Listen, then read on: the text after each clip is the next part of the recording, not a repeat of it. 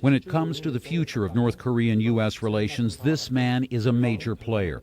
His name is Ri Jong-hyuk, and some influential Americans and South Koreans have come to hear what he has to say about his country's nuclear weapons program. The standpoint of our government is very consistent, says Ri. We possess nuclear weapons because we were threatened by U.S. nuclear weapons. So that's why I think that when there's no threat, the issue of the nuclear weapons program will be settled. But at this moment, it's premature to talk about giving up nuclear weapons. Ambassador Ri's appearance in the U.S. is part of so-called Track 2 talks that bring together former diplomats and negotiators as well as academics in informal sessions to explore ways to revive negotiations over North Korea's nuclear arms. The North Korean lawmaker told CNN the door to negotiations is closed, but not by Pyongyang.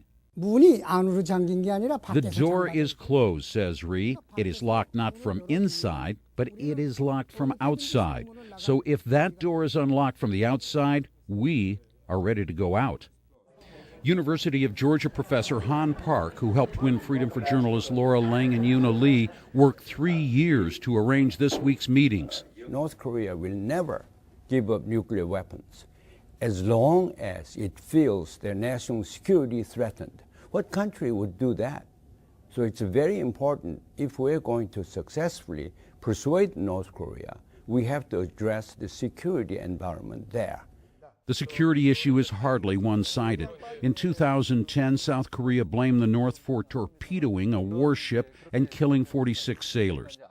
Later that year, the North unleashed a fierce artillery barrage on an island, killing 4. South Korea responded with cuts in food aid and sanctions. Ambassador Ri says North Koreans want those lifted.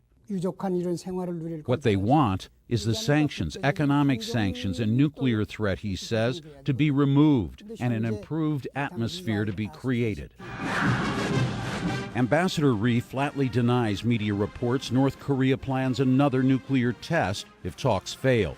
With elections in both the U.S. and South Korea in 2012 and celebrations marking 100 years since the birth of North Korea's great leader, Kim Il-sung, a former U.S. negotiator sees slim hope for a breakthrough. The opportunity for North Korea to compromise is just not there. For them to give up their nuclear weapons or to abide by any of the conditions that the United States or South Korea would like to see is just not going to happen.